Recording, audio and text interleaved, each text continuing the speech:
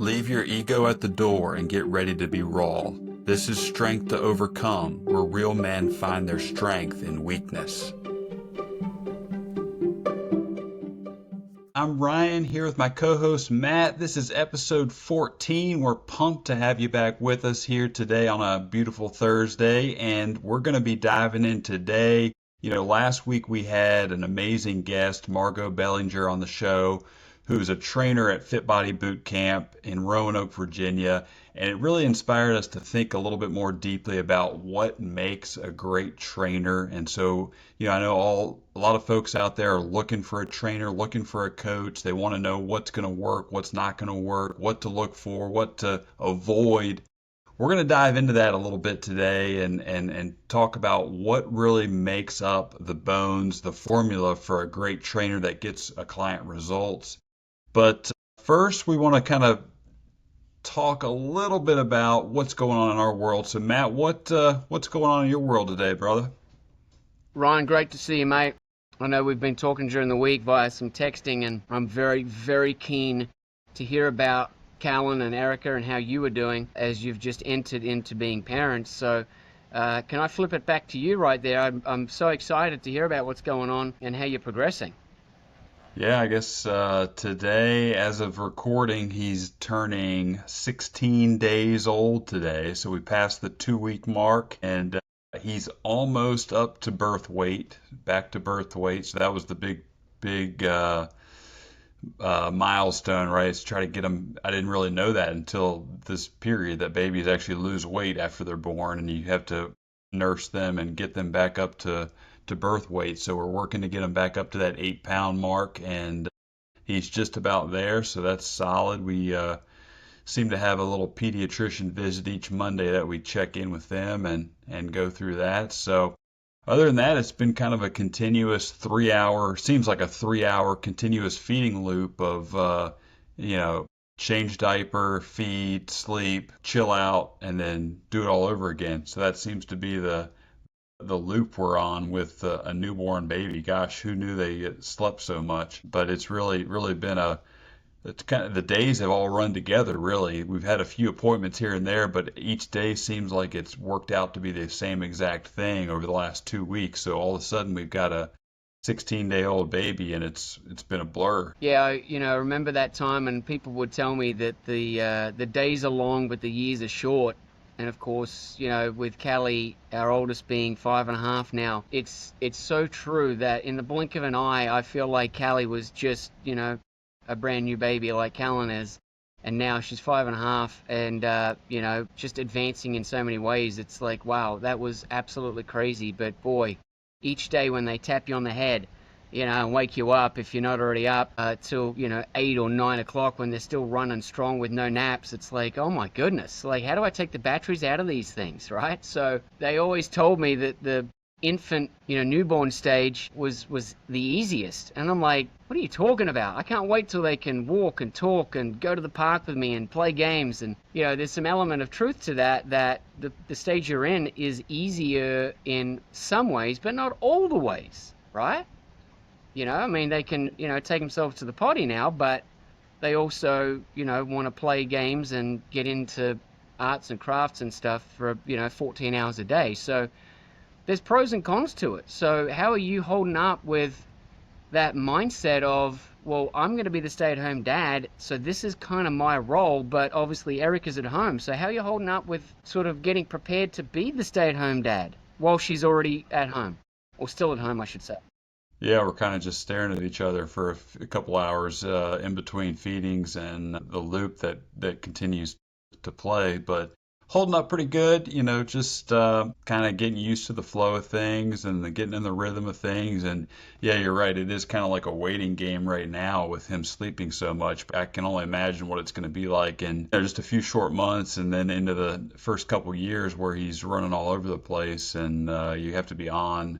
Right now, I probably would agree that it's a little easier because I don't have to be on 24/7. I can kind of chill out, watch TV, watch a video on YouTube or whatever while he's sleeping and kind of go about it that way. But things are surely going to change here shortly, especially as she goes back to work, and I'm the only one here, and taking care of them full time. Where are you at with the TPC, the job situation? Where's your brain at? Yeah, so it's looking like that has come to an end. It's looking like I'm actually playing there tomorrow. I'm going out to play the yeah, it's funny. They've got a staff scramble where we're playing the back nine. So I'm weather weather dependent. If the weather holds out, it's a 9-hole scramble on the back nine at TPC. So I'm going to go do it. It'll be my first time away from the baby for that amount of time, but I'm going to go play. In terms of work, they're going to try to fill my position just because I told them truthfully, I was like, I can't really commit to a certain amount of time right now. And even when Erica goes back to work, that's going to change things again. Kind of like you brought up a few weeks ago, that point of when she goes back to work, am I just going to, quit all over again? And so they're gonna open up my position and try to fill it with someone who can be there and fill the schedule. I don't want to put them in any tighter of a spot than I already have during this period. And then we leave it on good terms to where if things changed and my availability does open up in the future, then I'd have an opportunity and opening to go back and pick things back up if that's an option. Yeah, it's a little bittersweet just because I had some cool moments out there, met some awesome people, and it was pretty phenomenal at times. But then at the same time, I've got this new responsibility at home, and that's going to be taking up my free time. So it looks like TPC and I are parting ways. Well, I'm glad to hear that you're going to get to play tomorrow. And if you wouldn't mind just throwing up one ace on the 17th, for those that don't know, that's the iconic 17th Island Green in the Yeah, world of golf across the entire planet here. So please go ahead and give us the good news next week that you stuffed it in for a ace, and that was your parting shot. I wouldn't if you do that, don't even play the 18th. Just leave, right. Yeah, right? Just go ahead and yeah. leave. So that's kind of what's going on in my world. What about yours? Well, it's funny. We want to dive in on the trainer side of things, and of course, there's so many things happening in my life right now. I'm, a carpenter, I'm a trainer, I'm a real estate agent, I'm a stay-at-home dad with a busted arm, and this shoulder's still frozen and giving me an enormous amount of grief, and it's just made my choices before me so difficult to sort of nail down. If I get back into training, can my arm, my elbow, my shoulder handle it? I'm working with a specialist who's limited me right now to 2.5 pounds on this arm, and so I'm very much tied down to positions or opportunities that maybe don't require that. But I've got a passion for it, and so it's really quite challenging as I sit on LinkedIn and update resume and profiles. It's an amazing feeling of, wow, I've got a blank canvas, I can reinvent myself, but I don't have the luxury of time because I'm in a situation where, as the breadwinner, I've got to have some income coming in, and so we've been really contemplating, what do we do with this house, and where do we live? Do we stay here and fight through it? Do we try and, get out of some of the debt we've accumulated as this surgery's been out of pocket? So we're in a really tough spot there, but my spirits are really buoyed at the moment, and I'm pumped because the Almighty can put anything He wants in front of me, and it's I'm ready to go. So I liken it to the game of where you've been playing and you've just been hammered with draw fours and wilds and draw twos, and you're sitting there.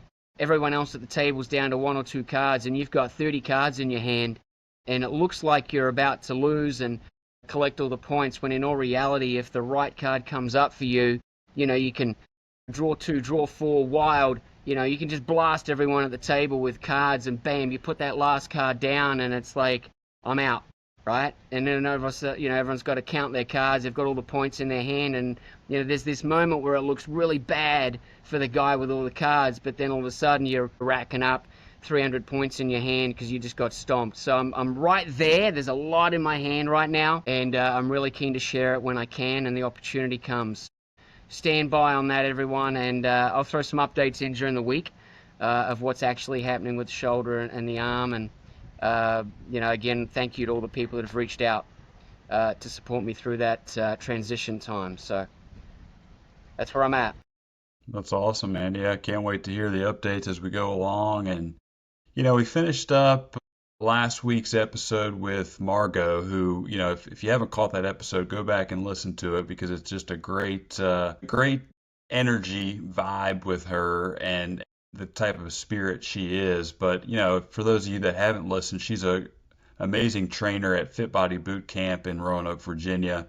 And it really got Matt and I thinking, wow, this person that started under Matt and literally had no background training anyone until she met you and got started at 180 Fitness with you back in the day. And now she's got this, cult-like following of people behind her that have followed her from gym to gym to gym and, is leading the team. She's the head coach there at this facility. And so now she's got a team of trainers that look up to her as well. And it really got us thinking, what kind of personality traits, what type of traits and skills make up this type of trainer that is going to change people's lives for the better across a journey of 3, 5, 8, 10 plus years along the line. What do you think, Matt? It's funny because, I started 180 Fitness back in 2007.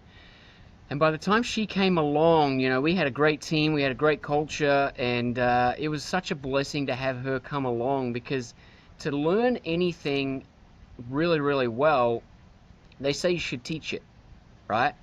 And so I was always one that wanted to coach and teach not just clients, but trainers. And so, last week we had this episode where I'm literally talking to two people that I influenced heavily in the next, 10 or 15 years of their life by things that I, shared or imparted or, guided you through that were also passed along to me, years prior. And so it was fascinating to me to watch and listen to the dynamics because I think that we had a variant on three different ways to look at training. I find that I really do enjoy the one-on-one. I think I've created a lot of major life impact in one-on-one, and I've got some amazing stories of people that have come out of unbelievably dark, horribly difficult times in their life through the avenue of fitness and the guidance of, hanging in there and staying strong. And yet I've also got the ability to stand up in front of a group and run a class and go absolutely wild and,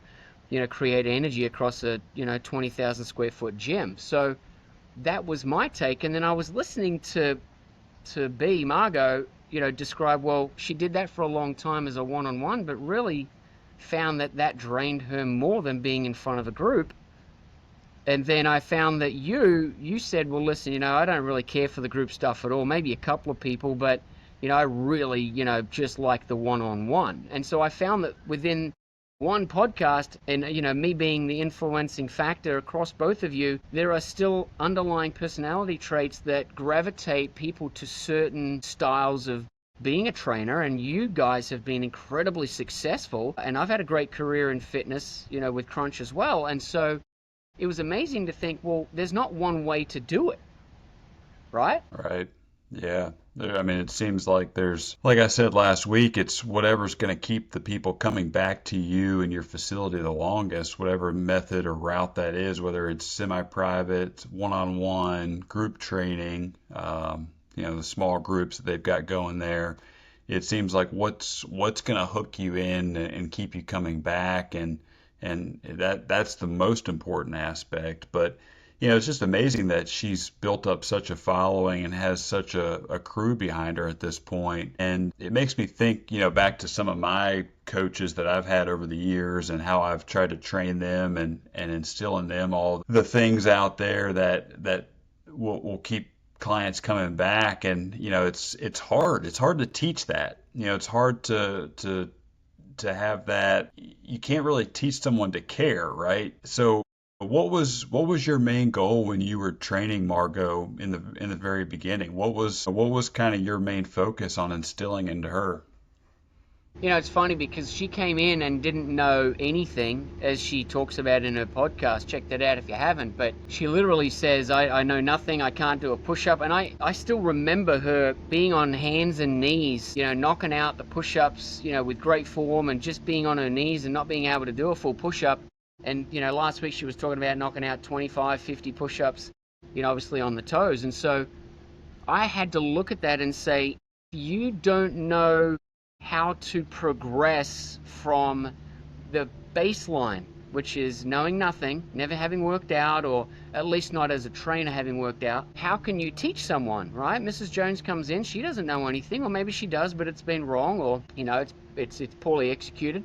And so my goal with with her, and at the time I was with you, I didn't know you were going to one day be a trainer, right? But I have to train you knowing that it's my job to teach you why you're doing something from day one and why it's important to develop the mechanics and go through that process. So I basically just took her through the process as if she was a client so that she would learn every, small detail of what it is that she's going to feel as a brand new client and what it is that I'm saying, how am I cueing it, what am I displaying, and what does that feel like when you've got someone that's in great shape and knows a lot about it? How does that make you feel when you are in the hands of someone that you look up to and you're learning from, but you know nothing? Like, there can be very humbling or embarrassing type of feeling, and I think that's what happens to a lot of people that even consider joining a gym, let alone getting a trainer. They're just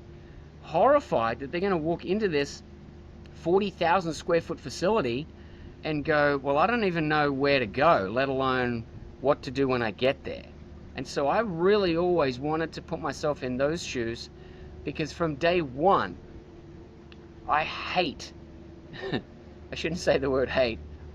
I didn't even step foot in a gym until I was 21. I didn't like it. I was afraid. I was 135 pounds, 6'1", and I was embarrassed at how skinny I was. People would pick on me. I was bullied. I was a rake. And here I am back to being a rake. I'm coming in at like a $180 something, and people are looking at me and going, man, your face has lost a lot of size. You've lost weight, your legs, your arms, your chest, you've just disappeared. I'm a $180 something. So when I started this journey at this height, I was a $135. So can you imagine? I was 50 pounds lighter than what I am now, and people look at me going, man, there's you're sick. Like, what's going on? Like, what's happening? You're disappearing, your face and everything. So can you imagine being 50 pounds lighter than what I am now? I was married, for crying out loud. So I was an adult, married, and never been foot in a gym. I was absolutely petrified. And I think that's how a lot of people feel, for whether it's being really thin or have a disability or being overweight. That's how I think a lot of people feel. So let's talk a little bit about how those people can find someone, or what are they looking for when they finally find the courage to step foot in a facility, whether a training facility or a big box gym. Let's talk about what it is that they can do to make sure they get the right guidance, the right help, and if they are going to get a trainer, what are they looking for so that they feel comfortable and they can go the journey? Because the average lifespan of a client is about 6 months. And I worked with people for so long that they were pregnant when I started with them. And then I worked with that person for so long, ended up training their kid over a decade later. So if the average is 6 months with a trainer, something's wrong with the system. So let's talk a little bit about how people can find something outside of that so they go the distance. Because they're not getting results in 6 months that allows them to say, I've got it from here. Because it took Margot 4 months just under my care to even get her first client. So you're not getting it done in 6 months. So what's the problem? What's the disconnect? And what have you seen? You own two gyms too. So tell me what it is that the problem is here. Well, I guess first off, it's like what does the trainer look like? What type of shape are they in? And so there's two ways to go with that. One, they could be super jacked and in amazing shape, and that could be a good thing, could be a bad thing, right? It could intimidate the client even more, seeing the trainer that's just jacked and shredded and they're not relatable. And then you could have the trainer that's on the other side, a little bit out of shape, and they're a little bit more relatable, but they don't have the same expertise, you'd say, in being able to walk the walk as well as talk the talk. So first off, what does the trainer look like? I think it has a lot to do with it. Are they male or female? Is getting the right gender in terms of what the client's gonna train best with. That has a lot to do with it. So I've run into trainers that, have been super shredded and jacked, but they can't relate to a client. They have no relatability. I've also had trainers who are a little bit out of shape and overweight themselves, and they were actually very relatable, but they didn't quite have the tools and the expertise to know how to get a client from point A to point B because they hadn't been there themselves. So it's almost like you've got to find a blend of a trainer who, yes, they have been there themselves. They've traveled from point A to point B in their own fitness journey, but they also are able to look back and understand, kind of like you said, they've got that empathy. They're able to look back and understand how they got there and how they can then get someone else from that point A to point B, right? It's a little bit of an empathy thing. Yeah, and we've talked a lot about this since my torn bicep. And for those that haven't listened to that episode, go back. It's a really tough episode to go through myself, even rewatching it. But I think after being in this business 20 plus years, I would be a different trainer now than I was 4 months ago before I tore it.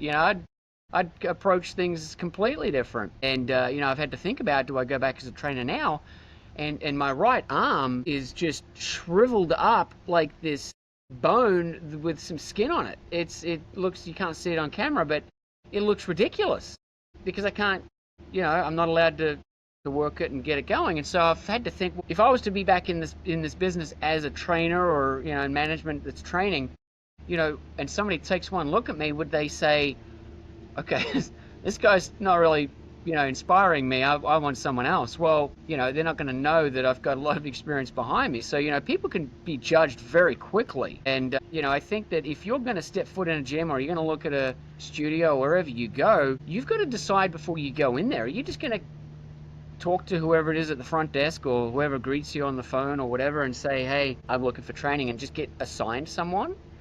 Or are you going to actually walk in there with a list? Hey, this is what I'm looking for in a trainer. And listen, I've been in big box gyms, around the country, and I've had my own place, and you have too. And do you know how many people have done that over my 20 plus year career in this business, where they've actually walked in and said, right, these are the things that I'm looking for. I mean, I'm not going to say a percentage, but I want to hear from you. How many people have actually done that to you, where they've actually come in with a list of things or expectations of what they're looking for? No, not many at all, really, because most of the time people are coming in with their problem. They've got the weight of their problem on their shoulders that they're walking in the door with, and the finding the right trainer isn't as important to them, because they've got the weight of the world with their health and their fitness is in shambles, and so they've got a problem to solve, and the trainer has that problem laid before their feet. And I think if you're walking into a gym or a situation where you're looking for a coach or a trainer, you almost want to hear a little bit of their story. You want to hear what they've been through, what that trainer has gone through themselves. Now, a good trainer, a good coach is going to be asking the questions and doing the intake the other way around. But if you can find some time to really figure out what's their story, where did they come from, what have they accomplished or overcome, and if their only story is that they won an Olympic gold medal in 1999, they're probably not going to be super relatable.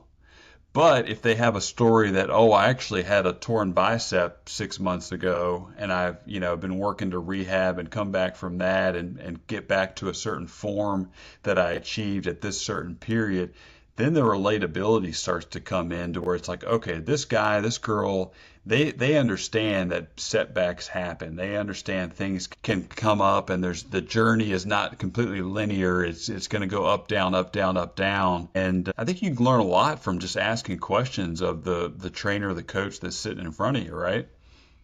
Yeah, and I really, over the years, have watched this industry grow to the point where these places are making good money. They've got great training numbers and staff. They're bringing in big revenue. And yet the stat that I heard, back in the early 2000s of, 2/3 of the country is obese, we've got a real problem. Now, for those that don't know this, obesity is carrying extra 5, 10, 15 pounds. Obesity is classed as when your weight affects your health. So we're talking about 2/3 of this country are obese, which means that 2/3 of this country have so much extra body fat, right? Not muscle tissue. We're not talking about extra weight and muscle.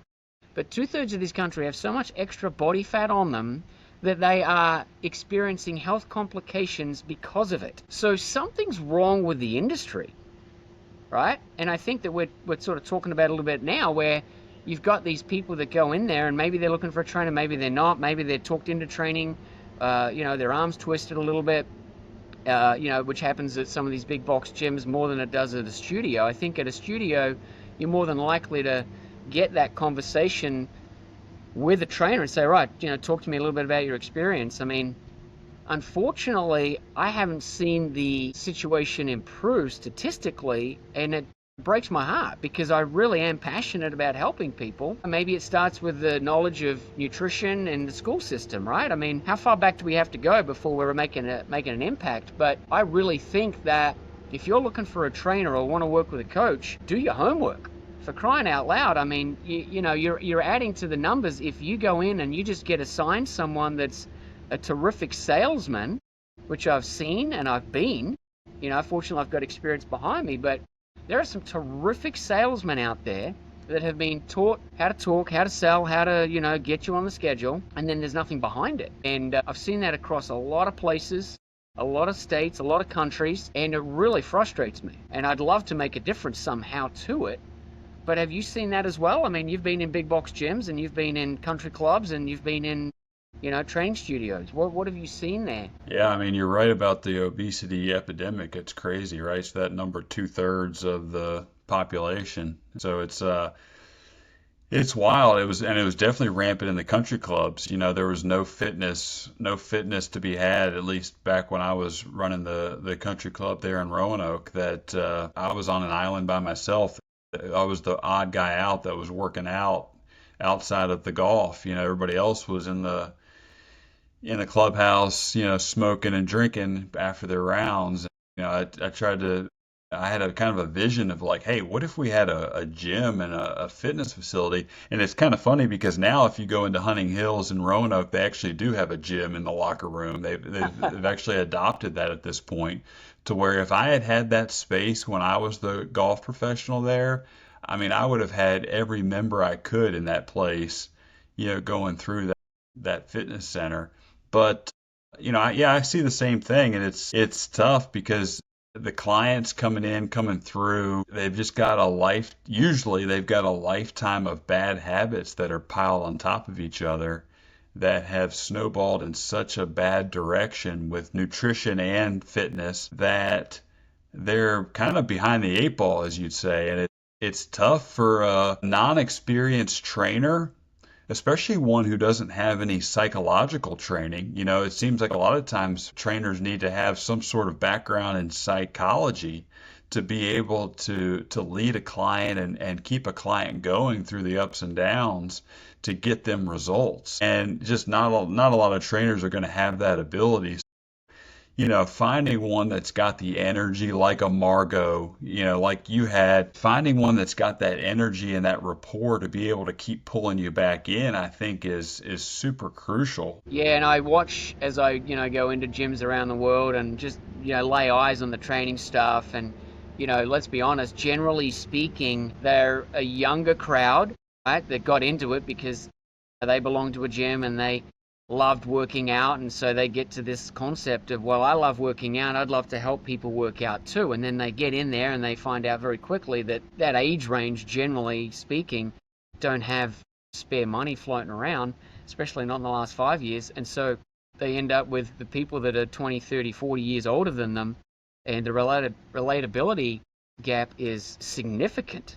And sometimes it works because these older people that want to get into it love the energy of the young buck. But if they've got some injuries or they're going through some psychological damage from a lifetime of bad eating or something, and you get someone in their early 20s that's done it right their whole life and has nothing to draw from to help them overcome, that lifespan, that relationship lifespan is going to be cut short, and it is going to be that average 6 months of training. And so I like to look at it and say, right, if you've got 100 people walking in the door and then I walk in a year later and sort of look, well, are those same 100 people that walked in looking for training or got sold training, are they still there in the care of a trainer? And unfortunately, statistically speaking, most of them won't be there, which means now they've been through a bad experience or an experience that didn't get them from A to B. And we know that once you've been burnt, right? We all know this, right? If you buy the wrong vehicle that keeps breaking down, you don't go buy another of that make and model. Or if you buy a TV that just flicker out and a year later you got to buy a new TV, you don't re-buy that same brand. Well, if you've worked with a trainer and you've spent copious amounts of money and then 6 months later you're like, I'm not seeing the results, you're not going to go back to training. And so now we've got this generation of people that are all trying it, but unfortunately the training staff are not equipped, or they've just been, wrongly assigned the client. And we've got this 6 month lifespan of a relationship there that is burnt, and now they're not coming back. They'll do it on their own. They'll either quit the gym or they'll, maybe find somewhere else if they're, motivated, and they're like, I got something out of it, it's not the right place. And that's why I see the number, this 2/3 number's just not moving, but I see sales of these places growing. It's like, we've got something wrong, right? So are we getting better at sales, or are we getting better at training? Yeah, and I think that's the thing we really got to look at. And so, what makes a good trainer, I think, is touching on what I said before, is you got to have somebody like a Margot that is able to keep you coming back. There's something about her energy, her smile, the way she talks, that probably has the members there at FitBody on a just on a string, to where they want to be around her. They want to see what she says next. I know that's the way I was with you. Just what's Matt going to do next? What's he going to say next?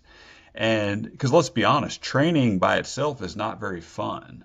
If it's just if you just put it out there by itself, right? It's not necessarily entertaining for most people. It's especially if you're out of shape. I've learned that the hard way recently, right? If for me to go out and now run 3 or 4 miles, it's no longer fun like it used to be. It's holy cow, I've got to survive this. I don't feel good. And so imagine what training feels like for the majority of the population coming into it. Yeah, and for those that don't know, Ryan's recovering from, surgery, neck surgery, and right? And that Yeah. sets you back quite a way from where you were. If you want to go back and watch some of these videos and posts that we've put up about where he was at, physically and performance wise, is at the very top, competing and winning events. And, now to share that shows that, yeah, I mean, you can fall away and you know what it takes. So think about that brand new client that comes in and they are 30, 40, 50 pounds overweight, and they're sitting down with someone that doesn't have any relatability, but they're an incredibly great, salesperson. And, so they get on board and, 6 months later, they've lost like 5 pounds, and there's a disconnect, and it just breaks my heart. And I'm going to have to go through this here soon myself, where I, get the release to start working again, and my shoulder opens up, and I'm going to have to go back from scratch. And guess what? I have always, my entire life, since I was a carpenter apprentice, leaving school early, and, I was 15, 16 years of age, and I said to mum and dad, listen, I don't want to go through the system. I want to actually do something that, I enjoy. And they said, well, you've got to pick a trade. And so at a very early age, I got out of the system where there was 30 people with one person up the front, and I went to a situation where I was a apprentice learning from seasoned veteran carpenters and joiners that knew their craft so well that I am living with them 8 to 12 hours a day, day in, day out, 5 days a week, week after week, month after month, year after year. And an apprentice in Australia, the system is 4 years before you're even a tradesman. And even once you're a tradesman, you're still learning from someone that's been doing it much, much longer. And so, I spent a lot of my youth in this scenario where I was learning from seasoned veterans and incredibly smart people. Gino Italiano, Craig Patterson, I still remember their names because these guys were experts at what they did, and they trained me in my carpentry skills. And so I just basically took that career path and I flipped it into training, after 8 years in Australia there, and just loved the concept of working with a professional. So I naturally gravitate towards one-on-one, right, versus a kid in a classroom. I want someone looking me in the face and saying, right, this is the task at hand. This is how we're going to get from where we are to where we're going to be. And I just loved it. And so when I get to a point where I'm starting to come back, I'm going to want to train. I'm going to want to work with a coach, and I'm going to you can damn sure know that I'm going to seek out the very best person that's got some experience on how to bring me back. I'm not going to walk in, sit down with some, new trainer. Whether they're old or young is irrelevant, but if they're brand new and they don't have any life experience in my scenario, then I will not work with that trainer. And so I think that people need to realize when you go in and you're talking to, this facility or the owner or whoever it is at the front desk, ask these questions. You have a specific need. You have wants, you have desires. Like, think about training as a long-term plan. I'm going to be with this person for more than 12 months. I'm going to find the person that I feel a connection with on day one, and I know they're going to be able to go the journey. Because if not, you're going to get that, like I said, average 6 months in, you're going to quit. And if you quit, it's over. You're not going to go back. That's where my draw for a one-on-one comes in. And if you were close by and you had a facility, I'd go work with you, right? Or if I was nearby some of the trainers that I've worked with over the years, I'd find them. But if I start fresh, I've got to find someone that knows their stuff. And if you don't do that, you're setting yourself up for failure. And I don't want anyone out there that is looking to get a trainer to fail. Clearly I'm passionate about it. I went on a rant there, but I'm pretty pumped for everybody out there to have a training professional guide their health and fitness, even if you are one. And if you think I don't need one, well, then look at every professional athlete on this earth. You don't think that Djokovic has a trainer? The guy's 38 or whatever he is, still up there competing to the top of his level against 22-year-olds and knocking them off?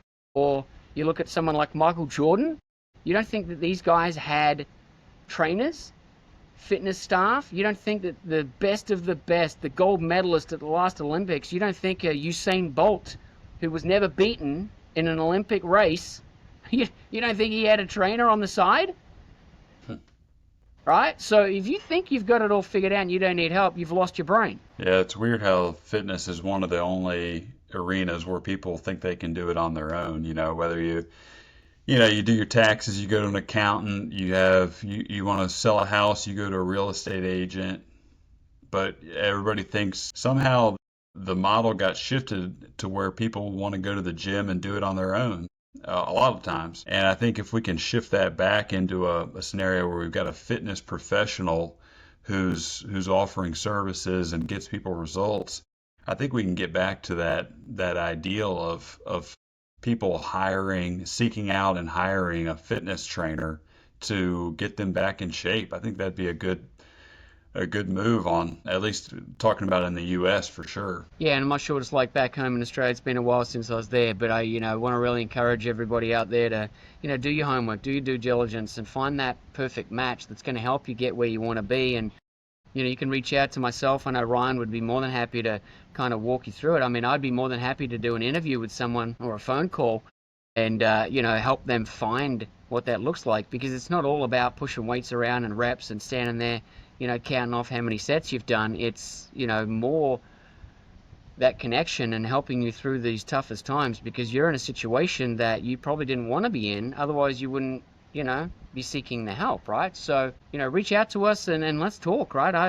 That's clearly a passion of mine. I don't know that it'll be in a gym setting again, or it may be, I don't know, but it's clearly a passion of mine to help people get from where they're at to where they're going to go. And the vehicle of being in great health and, having your mind, smoothly, it's critical to be in the best shape that you can possibly be. And if you don't have help doing it and you're struggling on your own, then you've got to find that help. So, please reach out, hit us up. I want to hear from everybody and get some dialogue on this and join our community, because there's a lot of people out there that are probably feeling the same way, and maybe we can connect some people through that community. So please jump on there and check us out, and like and subscribe and do all that fun stuff people ask for, because let's grow this thing and help people find the right trainer and the right coach. Whether it's you, me, we could do it on the side, but maybe Margot is available too, right? So let's grow that thing. Like, let's change that 66%. 2/3 is disgusting. Yep. You said it best. Yeah. Use the link. I'll put the link in the show notes. And so join that private Facebook community we've got for Strength to Overcome. We'd love to have you in there and grow that together. Like, share the podcast, send it to a friend. I know Margot did a great job sharing it with the Fit Body community last week, and if we can continue to get the message out there, that'd be great, and we'd appreciate it.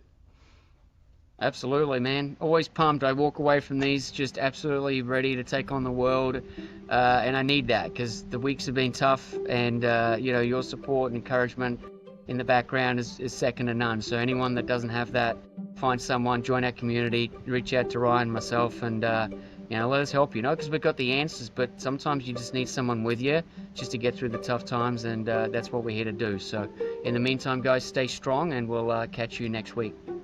All right, guys, see you next time.